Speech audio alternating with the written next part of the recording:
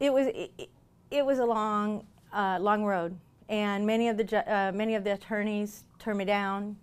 Said there was no way I could sue social workers, that they were protected by immunity. I didn't consider myself a highly educated person in the field of law at the time, but I did my own research and found that there was a state statute that usurped that immunity under certain conditions, and I felt that my case, met that. So every time I came to someone new and they would push me away, I'd just think, you know what, I know I'm right about this. This can't be okay for someone to have been given that kind of power, and for them to lie and take my kids away from me for 6.5 years. So I fought. And did you finally get a good attorney? I finally did. I found a great attorney out of San Diego. His name is Sean McMillan. And all of the hard knocks all the way through that process that led me to him was finally worth it. Did he handle it on a contingency, or was it a fee? Oh, it's definitely a fee. Definitely a fee. My mom and dad,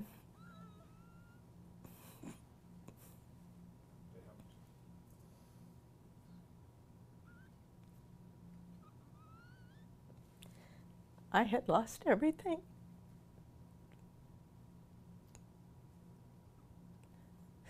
And they put up everything they had.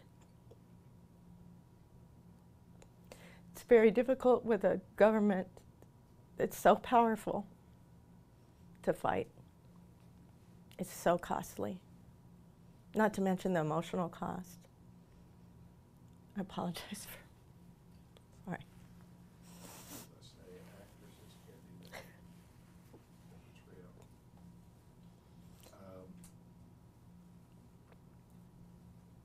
Do you mind taking a few minutes to tell me, when did you meet the biological father? Had you known him for very long before you got married? When did problems develop? Was this a quick thing, or did it happen over a period of time?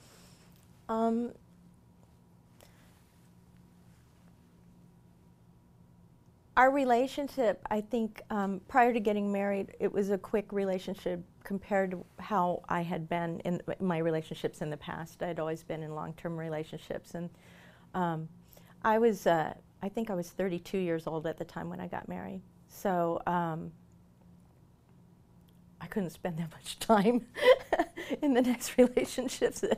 I think I thought at the time, I thought, I was ready. I felt like I was ready, and so we were married for 7 years before issues, or before I realized the issues, I should say. And it became a complicated divorce, and ultimately there was concerns surrounding safety with my children, and so that's how social services came into our family. And when you lost your children, did you lose them to their biological father, or to foster care, or what? I lost them to the system. They took my kids into the system, and then they sent them to a foster home.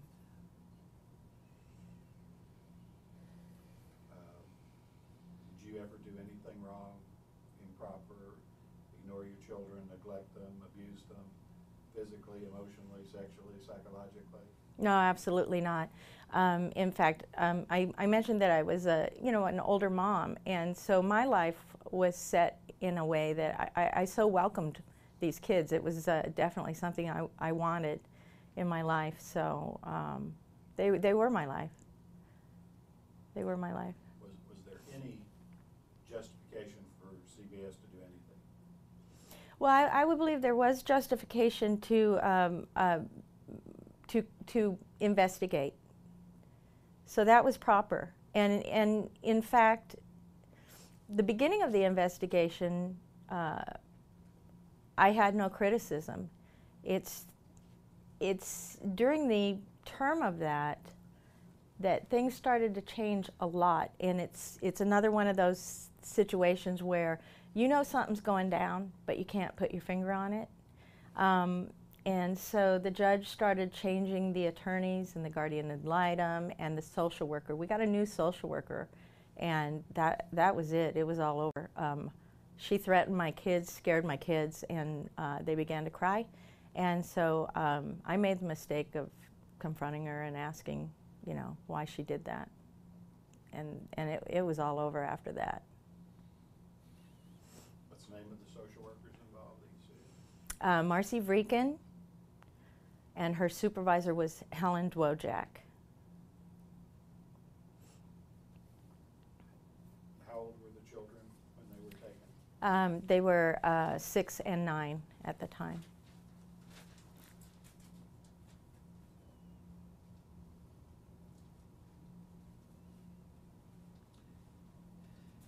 And how old are they today? Just had birthdays. They're both born in September, 19 and 22. And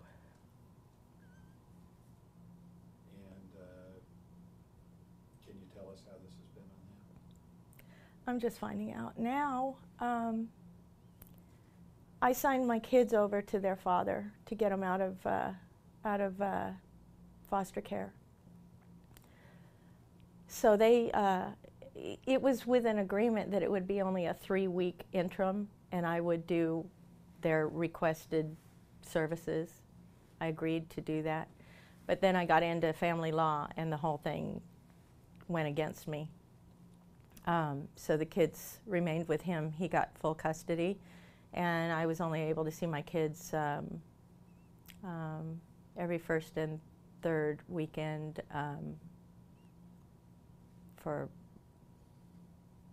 it was monitored visits for the longest time, which will just break you. And then I was able to have them overnight for one night.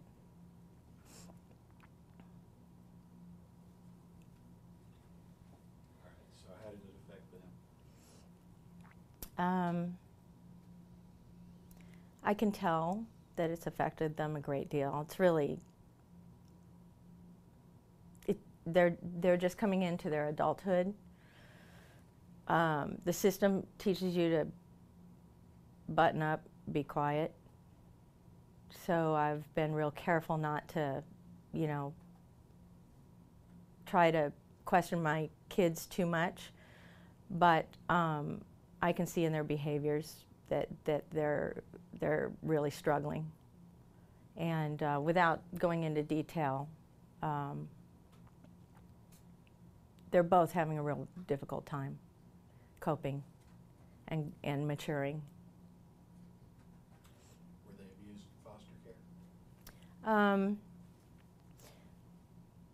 I'm told by the girls that the people that they were with,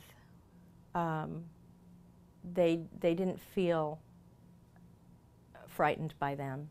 So that indicates to me that they felt okay. So I didn't get any feedback that anybody had harmed them.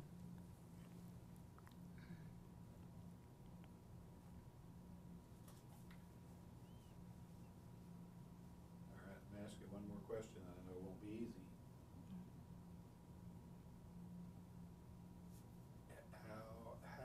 How many different ways has this impacted you and your family? Oh, I don't know even how to explain that. I talk to other moms, and I feel like I stopped being a human being. I stopped being a woman. I stopped caring about the things that most women care about. I don't feel that I really fit in socially. I have isolated myself a great deal. Causes me to be very different around people with authority. Very different. I notice my behaviors really, really anxious around people with authority. And it doesn't have to be the typical kind of authority that you'd think a policeman or something like that. It can just be a government worker that fills out documents, you know. Or somebody doing a movie. Yeah. It makes you I think it makes me not trust anybody. I really have changed a great deal in who I am in that regard. Having said that, it's also caused me to become very, very strong. And how is your relationship with the girls? Well, we're working on it, but by the grace of God, you know, they could rip us apart, but they couldn't rip our hearts apart. So that's still strong, very strong, that bond. And I'm grateful for that. Before this happened to you, did you believe the courts were fair and there was justice? I'm embarrassed to tell you how naive I was. Sure, I really did. I thought, you know. Explain that as a soundbite. Well, This isn't heard. Go ahead. I believed that you know, if you didn't do anything wrong, you shouldn't have to fear any kind of officials, or you won't find yourself involved with agencies such as social services or the judicial system. But yeah, I realize that that's naive and not realistic now.